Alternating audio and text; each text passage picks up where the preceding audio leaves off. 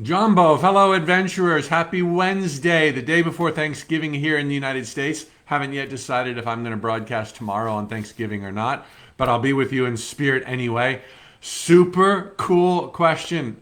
Boy, the floodgates have opened, and thank you all for posting questions under these Facebook and Instagram live broadcasts. Today's question: is this the new earth? If so, how do I harness it? And let's go deeper into the question. Let me read verbatim. Mike, so many teachers are talking about a huge shift in human consciousness taking place, that a new earth is being manifested. This is going to be good. What do you say about such lofty ideas? And how do we take all of our brothers and sisters with us to this utopia where we really get that thoughts become things, we're worthy, and life is to be enjoyed by all? Giving feels great, and perhaps where the world will believe selfishness is a virtue because we're all in this together. The questioner went on to say, rightly so, that it appears that practically half of the world is split into two different equal-sized camps. And oh my gosh, is this ever true? And it so reflects the book of Revelations, Genesis, not that I've read it, Nostradamus, and what so many other philosophers and ancient seers have prophesied millennia ago. And suddenly we find ourselves in the midst of it, where there's this almost like a judgment day, which is purely metaphorical. But listen to what I read and how it ties into this. I've shared this book with many of you before, particularly in my Infinite Possibilities membership, where I meet weekly and go much deeper. Return of the Bird Tribes by Ken Carey. Prepare to be astounded. Let me give you a paragraph reading from this book and see how it ties in to all of these ancient prophecies and to what we're going through right now. And then I'm going to tell you not to freak out. Plus, I'm going to add 5 things you can do to not only calm yourself, but to hoist your sails and catch these unfailing winds so that you can surf and live on the cusp of reality creation in joy and bliss forever and ever. All right. Now, this was written in the 1990s. The great time of purification has begun. A short but essential cycle of division that will gather those promoting fear and violence and separate them from this season of the world as chaff is separated from wheat at threshing. During these next 2.5 decades, which is exactly where we are right now, that puts us as up into 2023. So talk about hitting the nail on the head. This is before we even knew what polarization in society was like. Okay, during these next 2.5 decades, humankind will experience this separation. A transformation in human consciousness more fundamental than the development of language. Think of that. More significant than the shift to agriculture. More meaningful than any historical revolution. A new era is dawning. As the sun rises, as the vibrations rise and light and joy fill the world, the shadows become sharper and more clearly defined. As the energies of love grow stronger, the shadows of fear become more visible than before. Have we not seen that?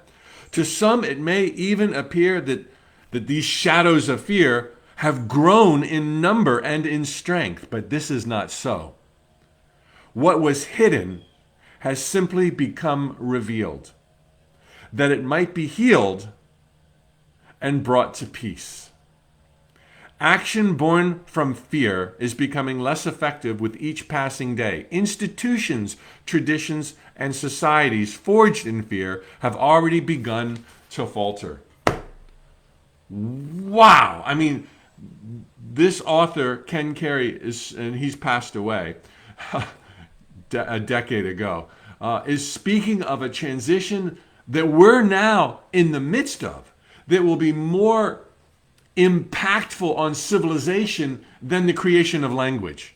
And it speaks to the beauty and the love that has been there all along, but invisible. Now it's becoming visible. It's going to scare a lot of people. And the person who asked this question, bless your heart, the question went on to say, how can we make sure all of our brothers and sisters join us in this pilgrimage towards the light, riding this new wave into the future where everyone becomes self-realized, self-aware, and in love with not only the world but themselves.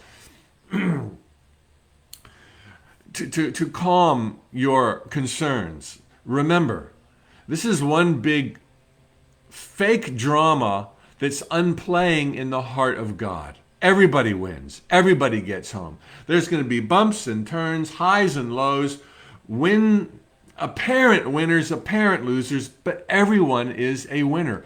It's all happening inside of the heart of God. So don't be thinking if we don't all get there at the same time that there's lost opportunity. Not the case. Remember when you went through your dark night of the soul. Remember when you've gone through your trials and tribulations, and now you look back. Didn't you most need what you went through to finally be in the place where you now are? So now when you look at others who are clinging to the past and who are steeped in fear, honor their journey. Let them be where they are. Of course, shine your light. Of course, hold out a hand. Of course, open your heart. But if they cling, let them cling, and in their clinging they will learn, and then they will more surely and more steadily get to the place you have now found yourself. And if somebody doesn't, move to California instead of Florida, or move to the Enlightenment Zone instead of the Dark Ages, it's like it's all adventure. It's all good. We're all getting there on a time schedule that serves our needs and our desires. So, where we're going is this place of milk and honey, is this place of mutual appreciation and respect of all living and inanimate objects, a place where truly every person alive on earth will be vibrating at such a high level that they could pull rabbits out of hats or walk on water. This is not far away. Whether it's 1,000 years or 1,000 days, it's at hand. This is an epic time in the arc of the evolution of consciousness, and we chose to be here now.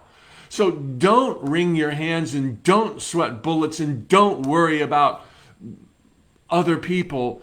Be concerned with your own foundation. Don't play politics. Don't cast stones. Don't point fingers. Just get in that peaceful realm where you feel the bliss and you want to celebrate the ecstasy and joy every single moment of every single day. Get into the present. It's right here. It's right now. It's not in your memories of the past. It's not in your fears for the future or your excitement for the future. It's here. It's here right now. This is where it comes to pass. This is where the flower begins to bloom. This is where you discover who you truly are. This is why you chose this life, to be alive at the dawn of awakening of a civilization that's been slumbering this long. This is an extremely rare opportunity, and it's extremely rare that we would even exist in these primitive stone ages, because however many thousands of years it took to get here, there will be millions of years in the light. And the adventures and the creativity and the fulfillment and the camaraderie and the joy, truly heaven on earth, which is where we've been all along, but we're going to know it. Hell is not knowing you're in heaven. Okay, so here's some 5 steps to catch these unfailing winds.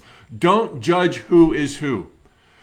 In fact, the person that you think is clinging in fear may be the more enlightened soul who's dealing with a whole nother set of constructs in their mind, hiding from the rest of us their true high vibrations. So don't go judging. The person you think is advanced might not be so ready for it, and the person who you think is not ready for it is 10 levels above. Don't judge. Number 2, be led by joy, your own joy, okay? And your own joy will help you eventually be concerned about the joy of others. Take care of business at home. Number 3, be of service. This is joy turning into service. Number 4, focus on what's good and what's working. I look out the window, I see nature, I see green, I see sunshine, I see flowers and photosynthesis and the birds and the bees. The miracles are everywhere right now. They're everywhere. See them, count them, create a journal. And number 5, as I said at the outset, remember this is all playing out inside the heart of God. Okay, there's no heaven or hell. There's just bliss. There's just nirvana. There's just love. And we're all there. We'll always be there. No one left behind. Okay, well, thanks for letting me do these. Happy Thanksgiving. Happy rest of the week. Maybe I'll see you tomorrow. I'll see what Spirit calls me to do. Let me tell you, I do have a membership, Infinite Possibilities membership at tut.com. It's $20 a month, less than $1 a day. Every Tuesday, I do a 30-minute mini manifesting workshop. There's lots of camaraderie, lots of joy, lots of like-minded people, thousands and thousands and thousands. You get notes from the universe on the weekend included in your membership. Would love to have you become a part of that group. Okay, so happy everything. Happy Thanksgiving. Hello, Nadia. Sam, good to see you back. Lucy, Shannon, Leon, Tanya. And then on Instagram, okay, Meta, Nelly, Denise, Peter, Jasmine, David. Thank you, everybody. And that book, The Return of the Bird Tribes, check it out. Tally ho.